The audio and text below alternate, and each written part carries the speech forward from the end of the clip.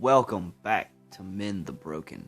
Today we're going to have a shorter episode than the usual, just because this is just going to be a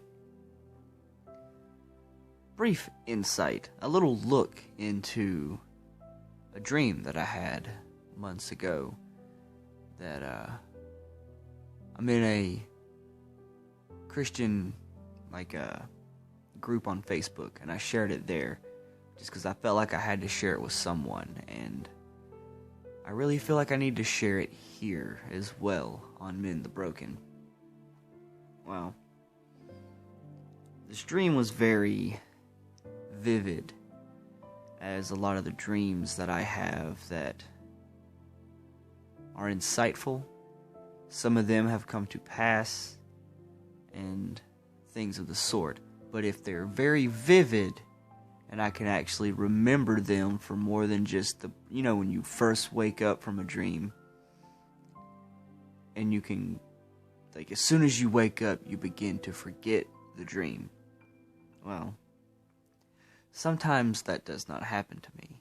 Sometimes I can recall the dream like it was a memory. Not like I was dreaming as my subconscious mind just creating things to pass the time, but like I'm being shown something. So, we're going to talk about this dream. And with the way everything is going right now with the world, I really feel like I need to share this here. Now, the location of the dream does not matter. I know the location of where I was, but the location does not matter because the locations will change. This is going to happen everywhere. This is going to happen on a large scale. It's not just going to be here, it's going to be everywhere. So the location of where this dream took place does not matter. But in the dream, it was me and a small group, maybe 5 other people. I can't remember exactly, and in these dreams, I don't really see anyone's faces. Their faces are blank, so I don't know who it was that was with me. But we were hiding. We were in the woods, ducked down, hiding from a transport vehicle. It was like one of those prisoner buses that the jails have. It was a big, long bus, and this bus was pulling a cattle trailer, but it had been modified to house people. Now, me and this group I was with, we were hiding from this vehicle, trying not to get caught by said vehicle. But I could see it as it drove by, and I could see not making out the faces of the people, but I could see that the bus and the trailer were full of people. Now, that's all I remember of the dream, was just me and a small group hiding from this vehicle that was gathering up all the people in the area. Now, I've done a lot of thinking. Whenever I have these dreams, it sets me into a lot of contemplation. A lot of trying to understand what it means. Now, to the enemy, we are all just cattle, right?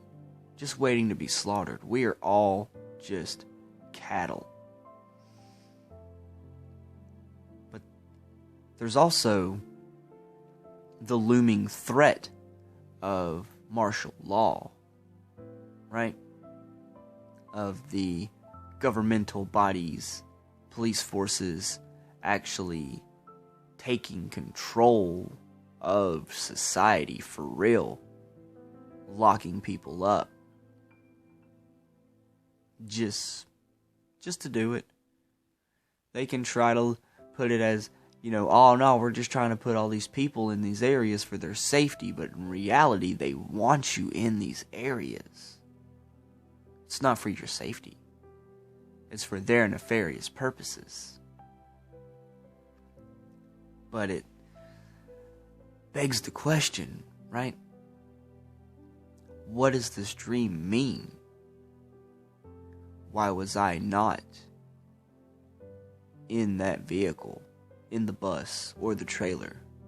Why were these people I was with, why were they not in this vehicle? It's a lot to contemplate.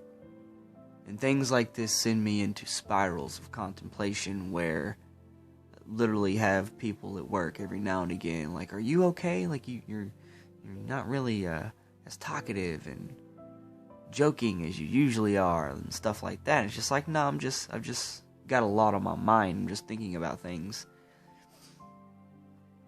And it happens. You can't really contemplate these types of situations lightly. You have to actually get into them and actually pick them apart. And all I can take from this dream is that it is a warning of what is to come. Don't know when, because no one knows the time or place of these things. We're not supposed to. We're supposed to prepare, ready ourselves, mind, body, and spirit. But no one knows the time or the place of these things, when they will take place, when they will start, when will the final curtain fall. No one knows. We have the Bible that gives us a insight into what is going to be going on whenever those times are close. Well, before I sat down to do this recording, I asked the Lord to give me a verse. Which verse could give some peace to this dream? Which verse would make this not fear-mongering? Because I'm not trying to spread fear. I am just trying to tell you guys what I have seen. And this is what I came up with. I was setting everything up, getting all my equipment in here in the garage, doing all that stuff. And it hit me. The Lord spoke to me. Revelation 2:10. Now, I just recently started reading back over Revelation, and the other night, I read the first chapter. I didn't even read chapter 2 yet. I've read it before. I haven't read all of Revelation, but I've read some of it. I'm not a strong reader. I've listened to a lot more of biblical audiobooks. But Revelation chapter 2, verse 10. Put my glasses on here so I can actually read this small print Bible. Pick it up here. I need to actually be facing the microphone instead of just looking down. Alright, Revelation chapter 2, verse 10. Fear none of these things which thou shalt suffer. Behold, the devil shall cast some of you into prison, that ye may be tried, and ye shall have tribulation 10 days. Be thou faithful unto death, and I will give thee a crown of life. So, it says right there In my dream, people were being imprisoned in large quantities. Large quantities. I'm telling you guys, it was a bus packed with people, and then a cattle trailer packed full of people.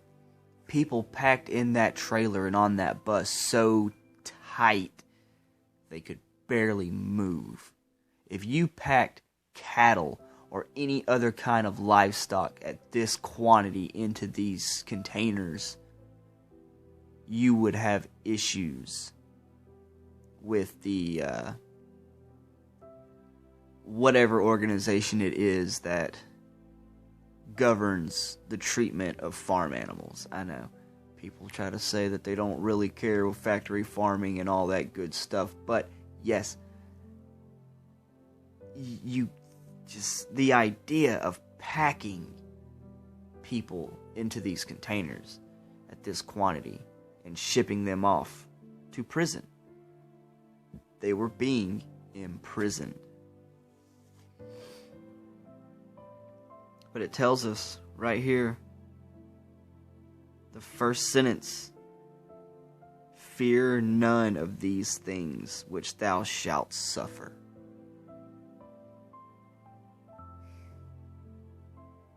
It's a lot to think about. It's a lot to mull over. Just in that one sentence, fear none of these things which thou shalt suffer. Now, suffer doesn't necessarily mean pain and anguish and whatnot. It does not necessarily mean that you yourself will be one of the people taken away.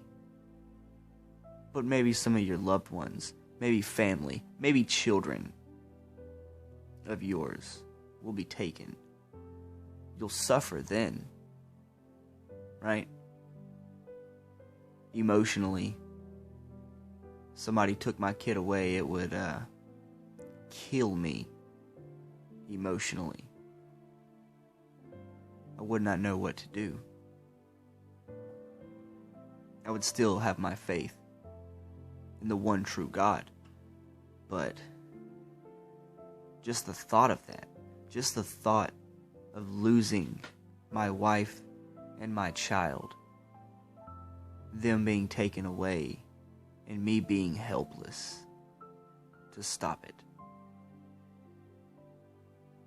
It's terrifying. But it tells you right here in the book, fear none of these things. So, even though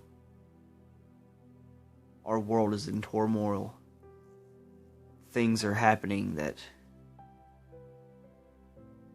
you would think should not be happening, but it is all according to plan. It is supposed to happen. People try to pray away these things. Why are these evils happening? Well, if they don't happen, Christ cannot return, right? In theory. I'm not trying to, get weird on that aspect of it, but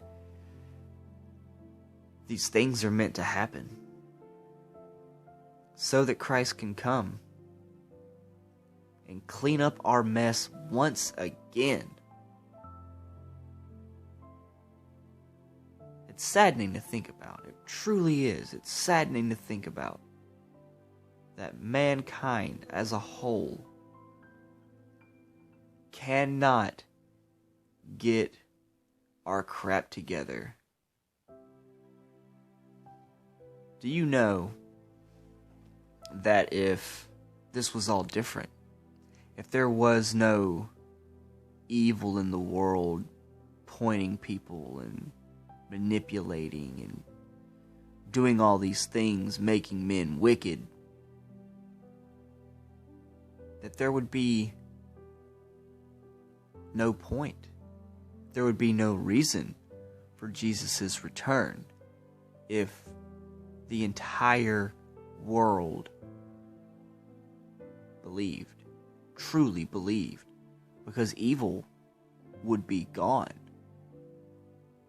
Because when you truly believe, you live by the laws that are put in this book, not man-made laws.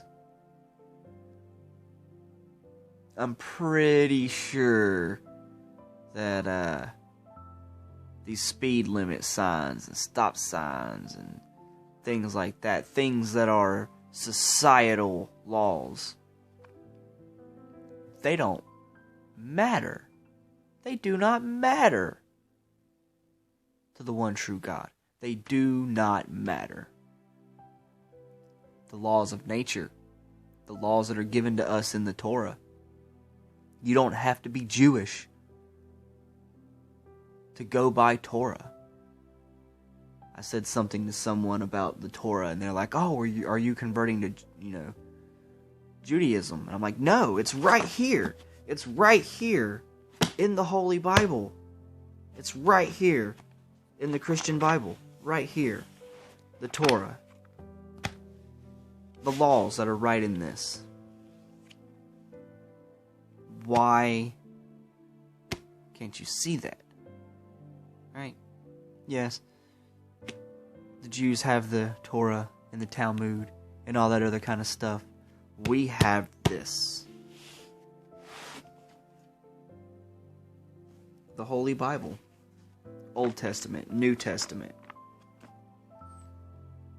We have that. And the Torah is in there. So, if we live by the laws, we have nothing to fear. If we praise Jesus Christ at every chance, every time you are tested, and I've been tested. I have had people, strangers, come up to me in complete random situations and bring up spiritual topics with me. I had a guy, one point in time, I was dating someone, living in an area, not happy, never should have gone down that route, but I have no regrets because that road put me to where I am at today. But he came up to me and started talking about, "Oh, well, it doesn't matter what you call God, as long as you know who you are speaking to." And as me and him are talking, the girl I was dating came up and he looked at her and looked at me and was like, "I didn't even ask you. What is your religion? What is your faith? What do you believe in?" She tried to answer for me. "Oh, we're Wiccan." False. I shut her up real quick. I told her, "You do not put words in my mouth." I looked right back at him and said, "I believe in God, the one true God of the Bible." He smiled and walked away. Every time somebody has asked me about what I believe in, I tell them. I might not go to church on a regular at all, really, since I was a small child. Teenage years, I went to a couple, I don't need to lie, but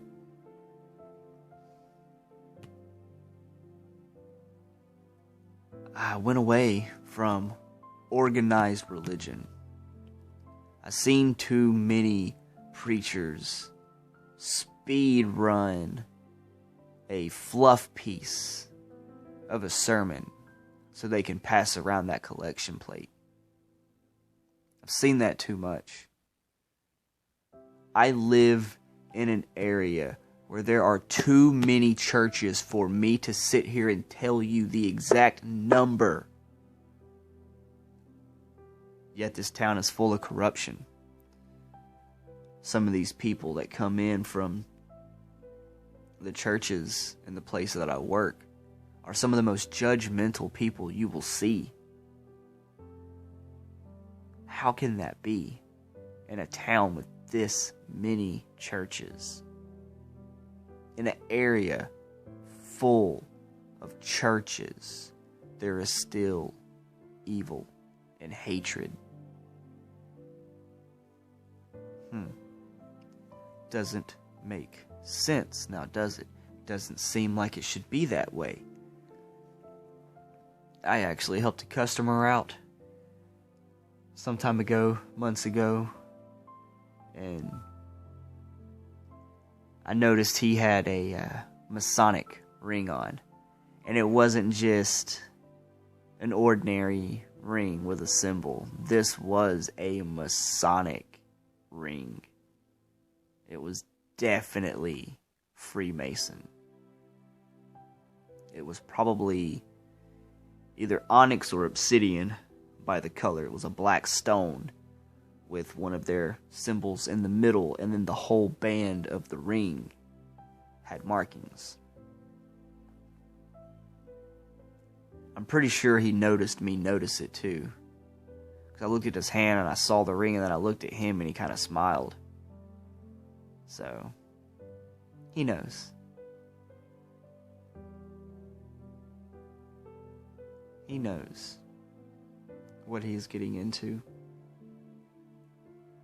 It's crazy to think that these things are going to come to pass, but we are told not to fear them. Why? Why are we told not to fear them? We're told not to fear them because they have to take place. They have to. These things have to happen.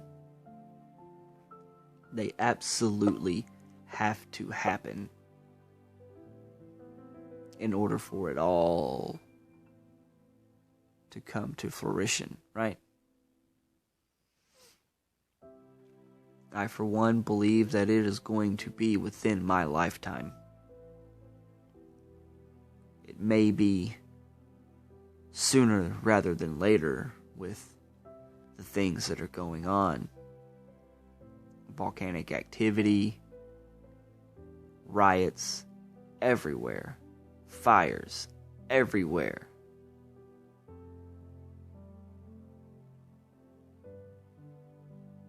But it is supposed to be this way. So there's nothing to fear. There's nothing to fear, everybody. Because if you believe and you follow the ways and the teachings of Jesus Christ, you will be alright. Even if you're one of the ones that are drugged to the gallows,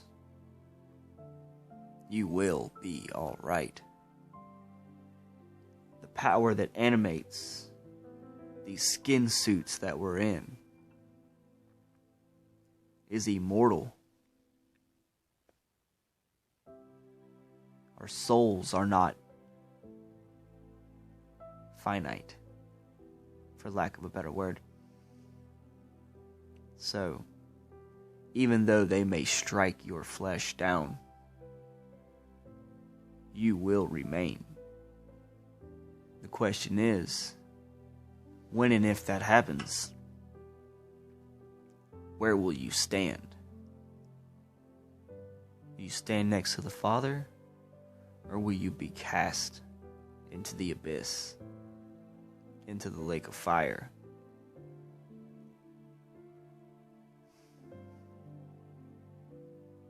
It's a lot to think about.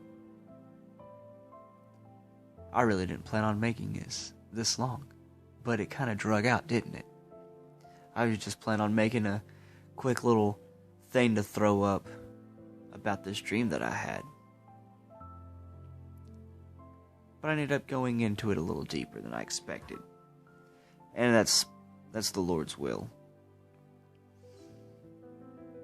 But we have to have faith. We have to have faith. And and we have to walk the way we are supposed to. Shy away from evil. Get into this Bible. Dig. Find what you are looking for here. Pray for wisdom. Pray for guidance.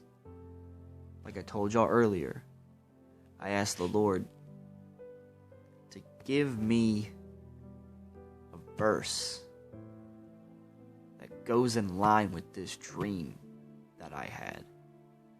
And it was right there. Revelation chapter 2, verse 10. Well, that's all for today, everybody. I hope this message finds you. I hope this message shows you something that you did not see before. I hope this message does not make you fearful, but yet strengthens your faith that every one of us that are true believers will be fine. Have a wonderful day, everybody.